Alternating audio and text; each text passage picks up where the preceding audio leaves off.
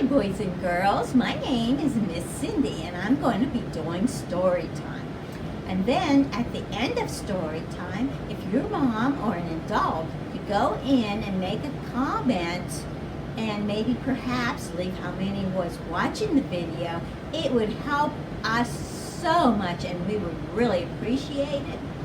And starting in January 2021, if your mom or your dad will be sure to stop by the library each month and pick up a literacy building calendar, that would be so much fun for you, and it'll be filled with colorful skill building activities, and I think you'll really enjoy it. And be sure to stay safe.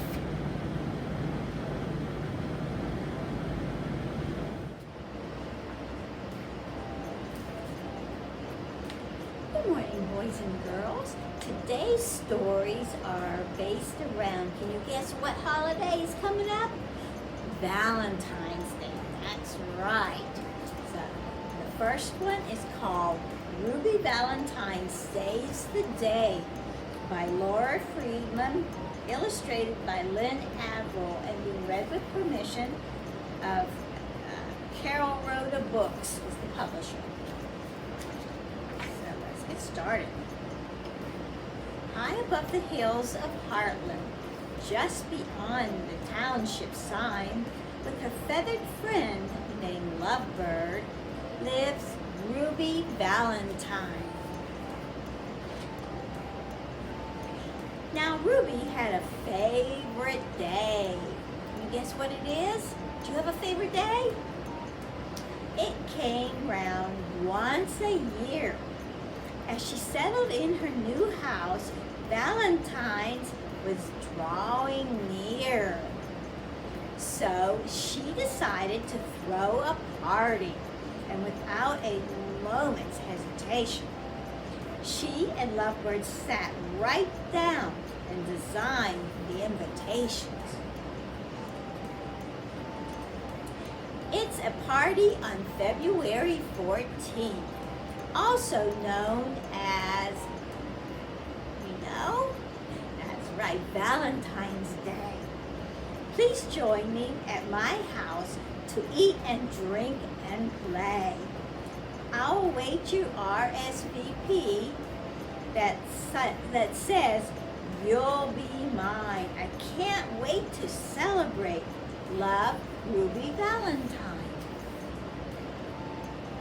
Ruby mailed the invitations, then hugged Lovebird with affection.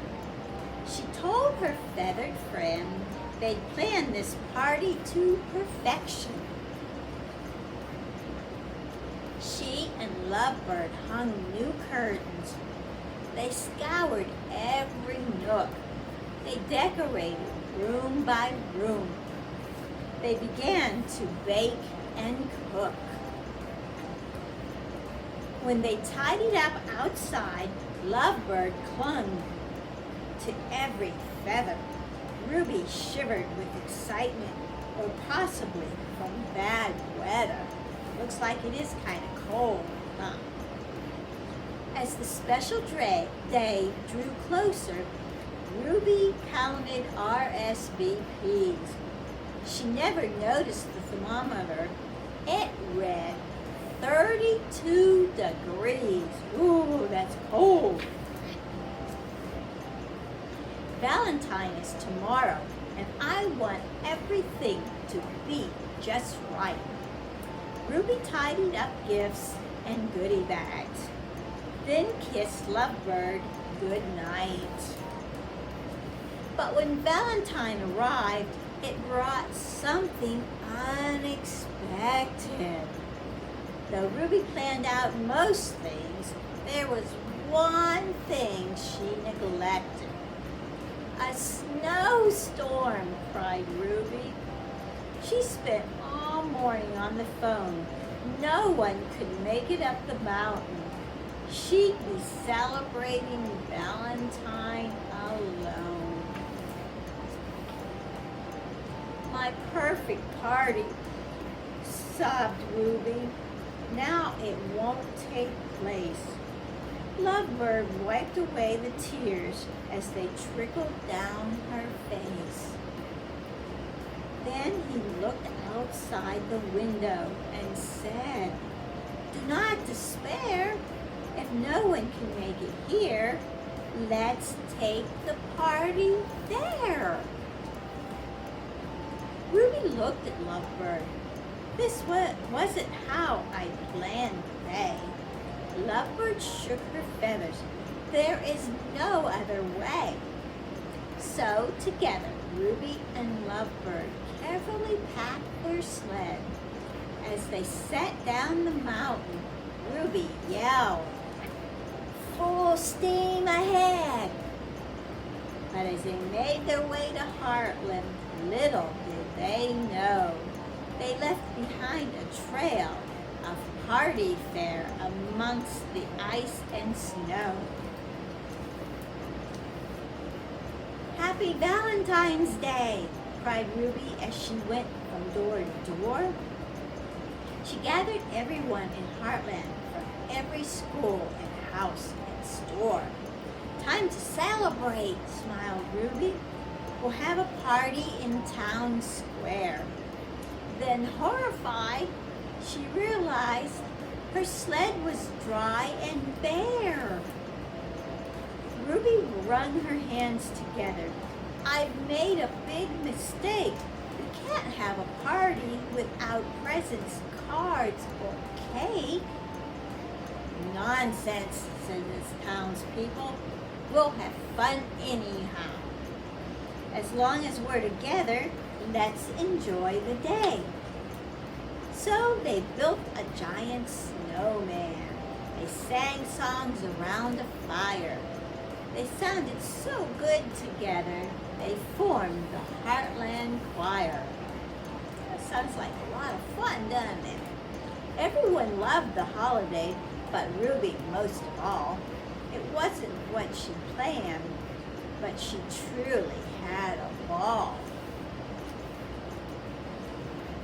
In the end, everyone thanked her and said, "You saved the day." Ruby smiled from ear to ear. She had something she wanted to say.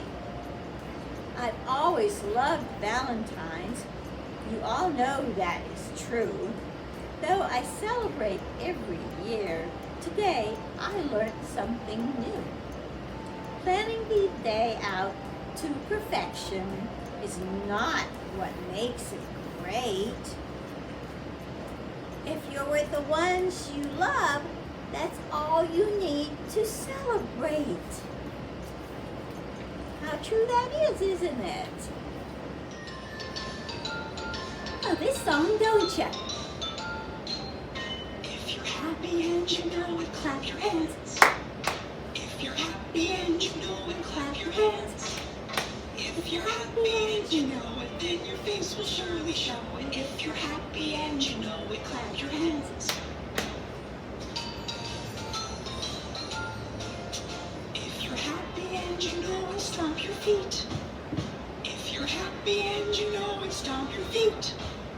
If you're happy and you know it, then your face will surely show it. If you're happy and you know it, stomp your feet. If you're happy and you know it, shout hooray! Hooray! If you're happy and you know it, shout hooray! Hooray! If you're happy and you know it, then your face will surely show it. If you're happy and you know it, shout hooray! Hooray! If you're happy and you know it, do all three. Hooray! If you're happy and you know it, do all three. And you know it, then your face will surely show it. If you're happy and you know it, do all three. Hooray! Isn't that fun? That was a good song, wasn't it? Now, our second book we're going to read is called Click, Clack, Moo, I Love You, by Doreen Cronin, illustrated by Betsy Lewin, and being read with the permission of the publisher of Caitlin Dallowly book. It is Valentine's Day on the farm, but there's work to be done before the big dance. To keep the pigs healthy, Farmer Brown cleans the pig pen. To keep the donkey happy, Farmer Brown stocks the stable. To keep the animals safe from foxes and raccoons, Farmer Brown mends the fence. Little Duck worked hard too. He tied balloons to everything. She hung streamers from everything. She strung sparkling lights between everything. She made hearts out of anything she could find. When Little Duck was finished, there was paint on her face, glitter in her wings, and a valentine for everyone. That evening, Little Duck greeted each guest at the door. The chickens arrived first. Little Duck handed each chicken a valentine. The chickens handed her a casserole. The pigs arrived next. Quack, quack, quack. Little Duck handed each pig a valentine. The pigs handed her chips and salsa. The sheep arrived fashionably late. Quack, quack, quack. She handed each sheep a valentine. The sheep headed right for the chips and salsa. The cows had a more formal affair and were out for the evening. When the music came on, the chickens danced with the chickens. The pigs danced with the pigs. The sheep danced with the sheep. And the mice did the hustle.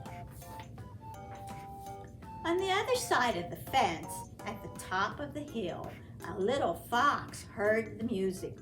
She perked her ears and called, "Yip, yip, yip." Nobody answered, but there were streamers in the trees. Little fox climbed down the hill. She called, "Yip, yip, yip." Nobody answered, but there were balloons to lead the way.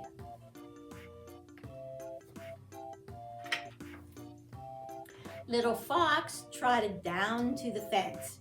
She called, "Yip, yip, yip." Nobody answered, but there was a trail of hearts to follow. So Little Fox dug a hole. Little Fox arrived at the barn, covered in streamers and glitter. She called, "Yip, yip, yip." The chickens stopped dancing. The sheep stopped dancing. The pigs stopped dancing. The mice huddled right out into the hay.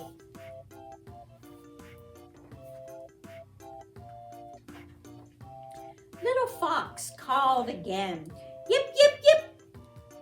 Little Duck was not scared. She greeted the new guest. Quack, quack, quack. She handed Little Fox her last valentine. Little Fox handed her a valentine right back. Yip, yip, yip, quack, quack, quack. Duck turned the music up. Yip, quack, yip, quack, yip, quack, quack. The chickens danced with the sheep. The pigs danced with the chickens. And the mice kept right on hustling. Everybody danced with everybody until when do you think? The cows came home. And that's the end of our second book. Wasn't that something? Well, I hope you enjoyed our stories today. And don't forget again to go into our comments and make a comment because it really, really helps us. And don't forget, stay safe and mask up.